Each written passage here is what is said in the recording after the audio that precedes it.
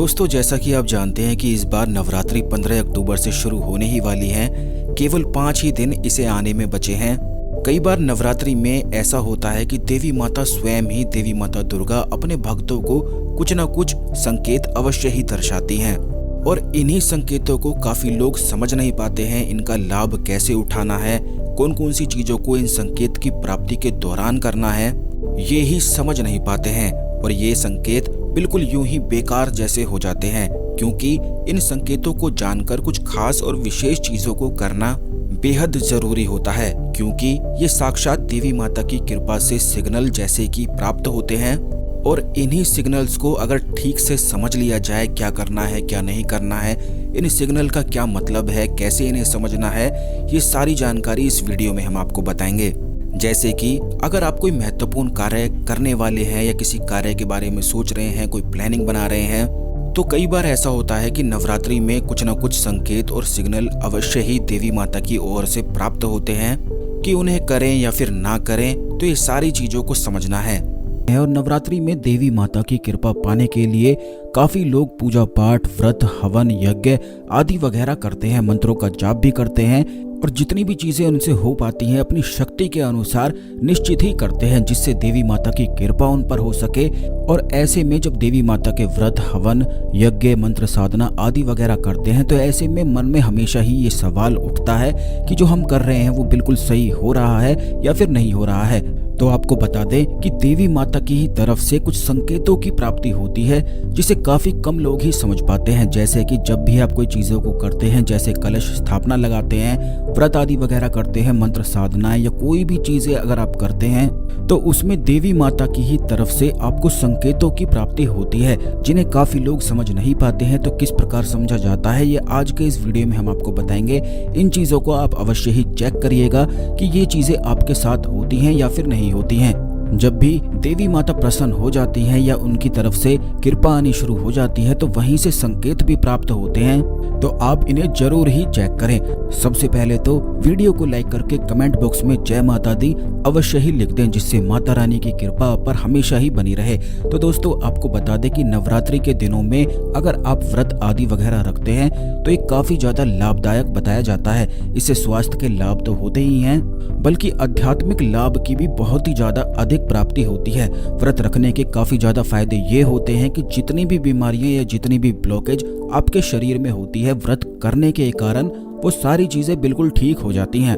और इस चीज को काफी सारे डॉक्टर बताते भी हैं कि जब भी आप बहुत ज्यादा बीमार पड़ते हैं तो कम खाना शुरू कर दें, बल्कि हरी भरी चीजें जैसे फल, फ्रूट आदि वगैरह खाया करें। और व्रत में यही चीजें करी जाती हैं, तो इससे ब्लॉकेज सारी समाप्त हो जाती है। और नवरात्रि के जो दिन होते हैं ये इसीलिए खास होते हैं क्योंकि पूरे 9 दिन सभी ग्रहों से एक एक करके जुड़े हुए होते हैं। और जब भी आप इन व्रत को रखते हैं तो इससे एक एक करके आपके सारे ग्रह ठीक हो जाते हैं। यही वजह रहती है कि जो व्यक्ति पूरे 9 दिन का नवरात्रि में व्रत रखता है, वह तुरंत हर प्रकार की परेशानी से, हर प्रकार की विपदा से, हर प्रकार की चिंताओं से और सारे रोगों से बिल्कुल मुक्त हो जाता है। लेकिन काफी बार ऐसा होता है कि बहुत सारे लोग व्रत नहीं रख पाते हैं, कुछ ना कुछ उनकी परेशानी होती है, उन्हें काम आदि वगैरह करना होता है, तो वो पहले दिन या आखिरी दिन भी नवरात्रि का व्रत करके संपूर्ण 9 नवरात्रि का लाभ उठा सकते हैं। तो पहला संकेत तो व्रत से ही प्राप्त होता है। अगर आप व्रत करते समय आपको बिल्कुल भी भूख नहीं लगती है, बिल्कुल भी आपकी एनर्जी डाउन नहीं होती है और बड़ी आसानी से आप व्रत रख पाते हैं, तो आप समझ जाएं कि आप पर देवी माता की खास कृपा है, जिसके कारण आपके जीवन में लाभ और उन्नति आनी बिल्कुल ही निश्चित है। अब दूसरी चीज ये है कि काफी लोग मंत्र साधना आदि वगैरह भी करते हैं, खास करके कलश स्थापना तो काफी लोग अपने घरों में करते ही हैं। तो उससे ये संकेत प्राप्त होता है कि अगर आपके जो ज्वारे हैं वो काफी ज्यादा घने और हरे भरे हो जाते हैं, तो यह संकेत करता है कि आपके घर में जो कमी है, धन धान्य की जो कमी है, वो पूरी होने वाली है। नवरात्रि के दिनों में देवी माता अपने चैतन्य रूप में रहती हैं। यही वजह रहती है कि नवरात्रि में जितने भी पूजा पाठ, हवन, यज्ञ या फिर व्रत आदि वगैरह भी किए जाते हैं, तो ये काफी ज्यादा लाभदायक सिद्ध होते हैं। इसीलिए होते हैं क्योंकि इन दिनों में देवी माता चैतन्य रूप में होती है और जितनी भी चीजें आप करते हैं केवल उन्हीं चीजों के आधार पर, उन्हीं चीजों के अनुसार आपके आने वाले दिन और कई साल तक भी हो जाते हैं। इसीलिए नवरात्रि के दिनों में खास संयम रखना चाहिए और जितनी भी खास चीजें होती हैं उन्हें ध्यान में रखते हुए देवी माता की कृपा अवश्य ही प्राप्त कर लेनी चाहिए। तो इस बात का आप अवश्य ही ध्यान रखा करें कि नवरात्रि के दिनों में घी का दीपक अपने घर में अवश्य ही जलाया करें। घी के दीपक में कुछ लौंग डालकर अगर अपने घर के मंदिर में रखा जाता है तो इससे सुख और समृद्धि की प्राप्ति होती है। खास करके अगर आपके घर में बहुत ज्यादा गृह कलेश होता है तो इस बात का ध्यान रखा करें कि जब भी आप रात को सोते हैं तो रात को सोने से पहले एक घी का दीपक अवश्य ही जलाया करें। और जितनी भी आपकी परेशानी है एक एक करके सारी परेशानियों को बोलते हुए हर एक परेशानी के लिए लौंग उस दीपक में डाल दिया करें और सुबह उठते ही कपूर की सहायता से इन सभी लौंगों को जलाकर अपने पूरे घर में धूनी दिया करें। ऐसा करने से जितनी भी आपके जीवन में परेशानी होती है वह तुरंत जलकर राख होने लग जाती है। ये एक ऐसा प्रयोग है जो खास करके नवरात्रि के ही दिनों में किया जाता है। अगर आपके जीवन में काफी ज्यादा परेशानी है तो इस प्रयोग को अवश्य ही किया करें। ठीक इसी प्रकार नवरात्रि के ये जो 9 दिन होते हैं उसमें काफी लोगों को बहुत सारे अनुभव की प्राप्ति होती है, जैसे कि स्वप्न में उन्हें देवी माता दिखाई देती है, देवी माता बात करती है या फिर किसी भी और भी प्रकार के उन्हें अनुभव हो सकते हैं। क्योंकि देवी माता तो अनुभव अवश्य ही अपने भक्तों को कराती है। वो तो भक्त ही होते हैं जो इनको समझ नहीं पाते हैं और लाभ उठा नहीं पाते हैं। तो सबसे पहला स्वप्न दोस्तों ये होता है कि अगर आपको रात को सोते समय नवरात्रि के दिनों में खास करके छोटी बच्ची दिखाई देती है और अगर देवी माता के स्वरूप में दिखाई देती है तो यह संकेत करता है कि देवी माता की कृपा आप पर हो चुकी है। ठीक इसी प्रकार अगर जब आप सुबह उठते हैं और सुबह उठते ही आपको नारियल दिखाई देता है या फिर हंस दिखाई देता है या फिर खिला हुआ फूल अपने पौधों पर दिखाई देता है तो ये संकेत करता है कि आपके जीवन में जितनी भी समस्याएं हैं वो एक एक करके गायब होने वाली हैं और जितने भी आपके जो टास्क हैं जिन्हें आप मनोकामना आपकी पूर्ति कराना चाहते हैं तो सारी मनोकामना आपकी पूर्ण होने वाली है। क्योंकि नवरात्रि में सुबह उठते ही अगर खिला हुआ फूल दिखाई दे जाए तो एक काफी ज्यादा लाभदायक बताया जाता है। ठीक इसी प्रकार अगर नारियल दिखाई देता है तो यह संकेत करता है कि आपको अचानक से धन प्राप्ति होने वाली है और देवी माता की कृपा आप पर हो चुकी है। अब काफी लोग ऐसे होते हैं कि नवरात्रि में मंत्र साधना आदि वगैरह करते हैं या फिर किसी खास मंत्र का जाप करते हैं, लेकिन उनके मन में ये सवाल उठता है कि उनका मंत्र सिद्ध हो रहा है या कार्य उनका हो रहा है कि नहीं हो रहा है। तो आपको बता दें जो भी लोग मंत्र साधना करते हैं उन्हें निश्चित ही इस प्रकार के स्वप्न आते हैं जो कि इस प्रकार है। नींद में पूर्णिमा का चांद, गंगा, सूर्य, शिवलिंग अगर दिखाई देता है तो समझना चाहिए कि मंत्र सिद्ध हो रहा है। और खास करके नवरात्रि के दिनों में यह चीजें दिखाई देती हैं तो काफी ज्यादा लाभदायक होती हैं। अगर नींद में जमीन, तालाब या समुद्र पार करना, अग्नि की पूजा, जलती हुई आग, पक्षियों में हंस, कोयल, मोर या फिर कन्या अगर आपको दिखाई देती है या फिर छत्र, रथ, दीपक, महल, कमल या कमल के फूलों की माला आपको दिखाई देती है, रुद्राक्ष की माला दिखाई देती है तो यह भी संकेत करता है कि आपका मंत्र सिद्ध हो रहा है और जिस प्रकार से आप साधना कर रहे हैं बिल्कुल उसी प्रकार से करते रहें। ठीक इसी प्रकार अगर नींद में खुद को सोने चांदी के बर्तन में भोजन करते हुए अगर आप खुद को देखते हैं तो यह संकेत करता है कि आपका जो मंत्र है वह सिद्ध हो चुका है। सपने में किसी ब्राह्मण या राजा को देखना या फिर शेरनी, गाय या फिर हाथी को देखना यह संकेत करता है कि आपका जो मंत्र है वह सिद्ध हो चुका है।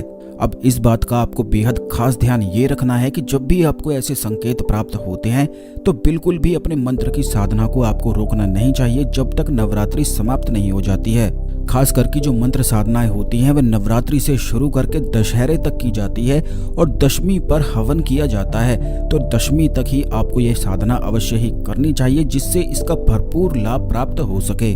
ठीक इसी प्रकार जिस प्रकार मंत्र साधना करने वालों को संकेत की प्राप्ति होती है, इसी प्रकार जो लोग व्रत आदि वगैरह रखते हैं या फिर पूजा पाठ आदि वगैरह करते हैं उन्हें भी अलग तरह से संकेतों की प्राप्ति होती है।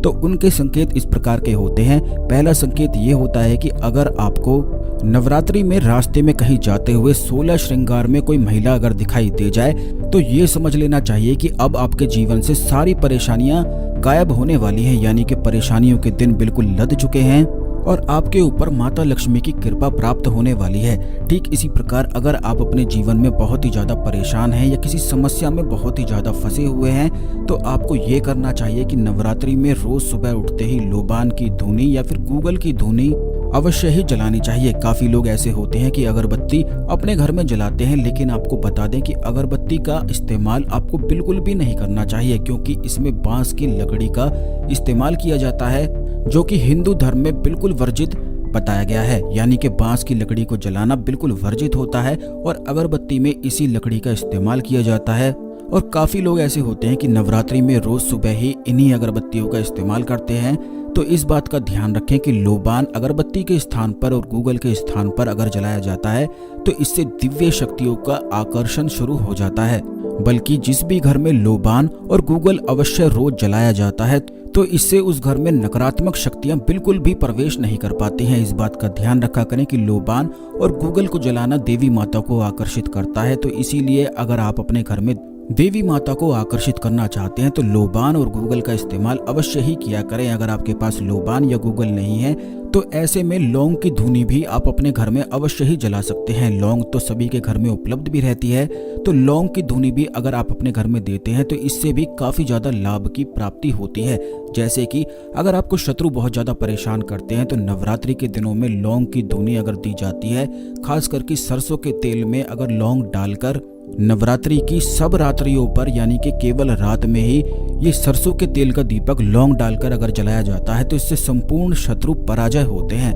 अगर आप अपने जीवन में शत्रुओं से बहुत ज्यादा परेशान हैं और शत्रुओं पर विजय प्राप्त करना चाहते हैं तो ऐसे में सरसों के तेल में लौंग अवश्य ही डालकर आपको जलानी चाहिए। अब दोस्तों इसी प्रकार से कुछ संकेत ये होते हैं कि अगर आपको सुबह उठते ही भरी हुई बाल्टी दिखाई देती है तो यह भी संकेत करता है कि देवी माता की कृपा आप पर हो चुकी है।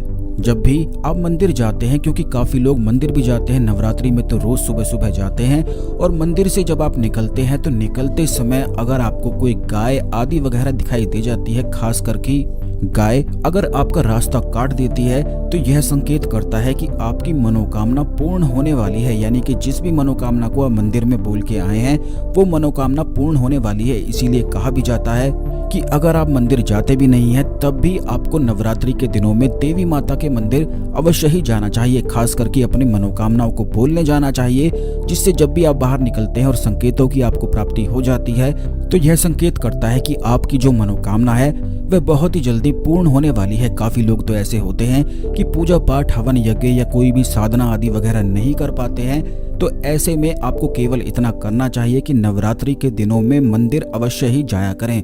एक फूल या फिर कोई बताशे आदि वगैरह, कोई भी भोग आदि वगैरह, जितनी भी आपकी श्रद्धा होती है उसी अनुसार आपको कुछ ना कुछ अवश्य ही लेकर जाना चाहिए और अपनी मनोकामनाओं को बोलना चाहिए, क्योंकि नवरात्रि में देवी माता चैतन्य रूप में होती है और उसी समय में जब आप अपनी मनोकामना को बोलते हैं तो कब कौन सी मनोकामना पूर्ण हो जाए वो आप भी नहीं जान सकते हैं। तो इसीलिए नवरात्रि के दिनों में देवी माता के मंदिर अवश्य ही जाना चाहिए और अपनी मनोकामनाओं को भी अवश्य ही बोलना चाहिए। और फिर जो भी संकेत हमने आपको बताया है उसी संकेत के अनुसार समझ जाना चाहिए कि आपकी मनोकामना पूर्ण हो चुकी है। बिल्कुल ठीक इसी प्रकार जब आप देवी माता के मंदिर जाते हैं और देवी माता को प्रार्थना करते समय आपके हाथों में फूल आदि वगैरह आकर गिर जाता है तो ये भी संकेत होता है कि जितनी भी आपकी समस्याएं हैं वो समाप्त होने वाली हैं और देवी माता ने आपकी सुन ली है। अगर रात को सोते समय स्वप्न में कमल का फूल या फिर लक्ष्मी माता के दर्शन होते हैं तो ये संकेत करता है कि जो आपके जीवन में धन की समस्याएं हैं वो बिल्कुल दूर होने वाली हैं।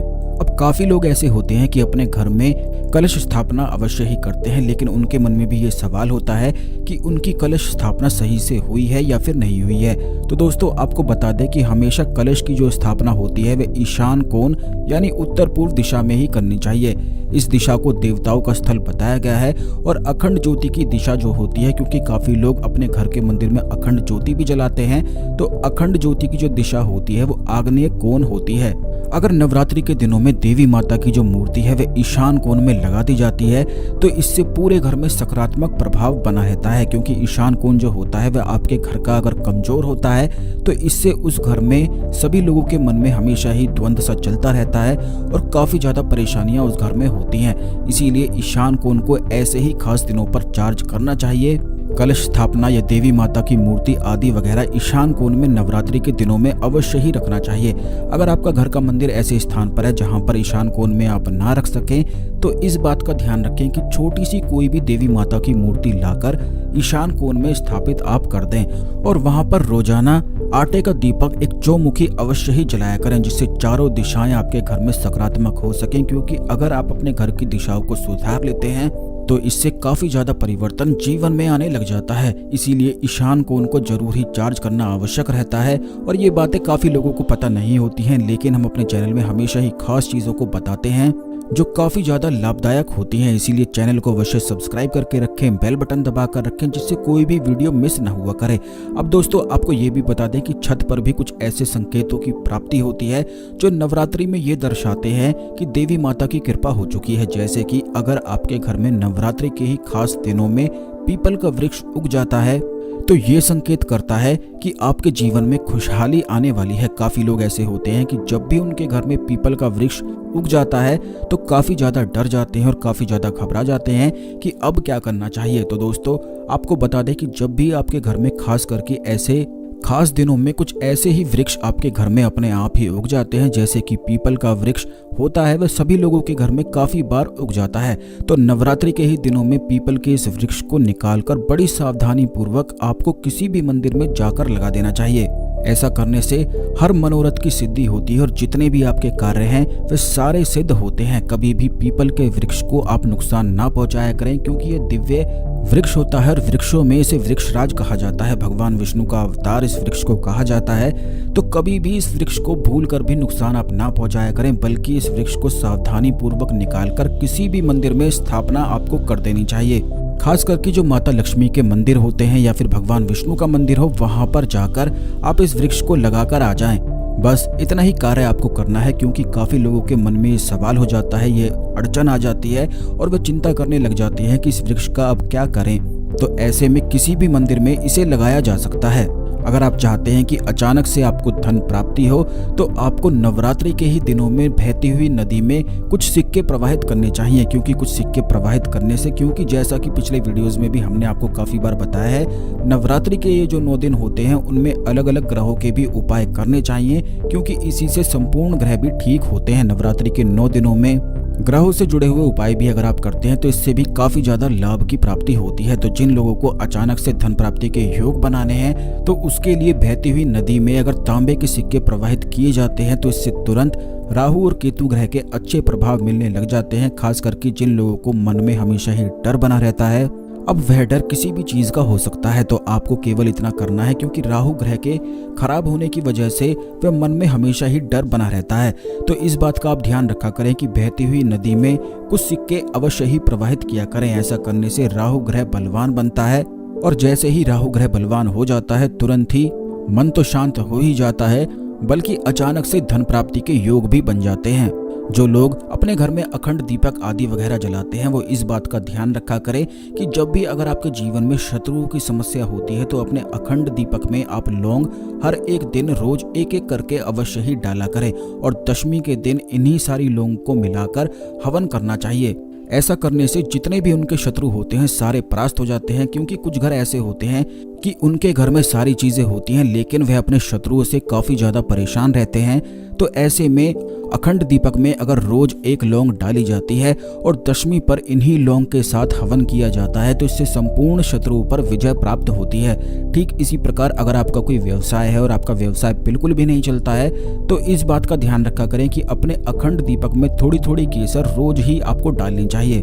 बल्कि अगर केसर को क्लीम बीज मंत्र से सिद्ध करके इसका रोज तिलक अगर आप करते हैं, खास करके नवरात्रि में केसर को क्लीम बीज मंत्र से सिद्ध कर लिया जाए तो इससे यह केसर काफी ज्यादा शक्तिशाली हो जाती है। जिन लोगों को नहीं पता है आपको बता दें कि नवरात्रि के ही दिनों में कुछ खास चीजें भी तैयार करी जाती हैं। किस प्रकार करी जाती हैं ये आने वाले वीडियोस में भी हम आपको निश्चित ही बताएंगे।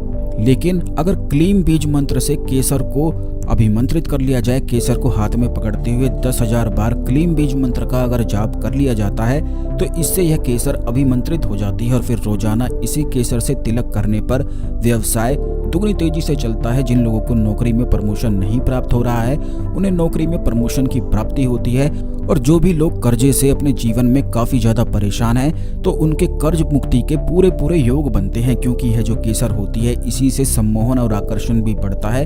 तो इस प्रकार जो हमने आपको बताया है कि केसर को किस प्रकार अभिमंत्रित किया जाता है, उसी विधि के अनुसार आपको केसर को अभिमंत्रित कर लेना चाहिए। अब आने वाले वीडियोस में कुछ ऐसी ही खास चीजों के बारे में हम आपको बताएंगे जिन्हें सिद्ध करके नवरात्रि के दिनों में आप अपने घर में रख सकते हैं और इनका लाभ उठा सकते हैं। इस खास जानकारी को अन्य लोगों के साथ भी अवश्य शेयर करें, जिससे सभी लोग इस जानकारी का लाभ उठा के अपने जीवन में आगे बढ़ सकें।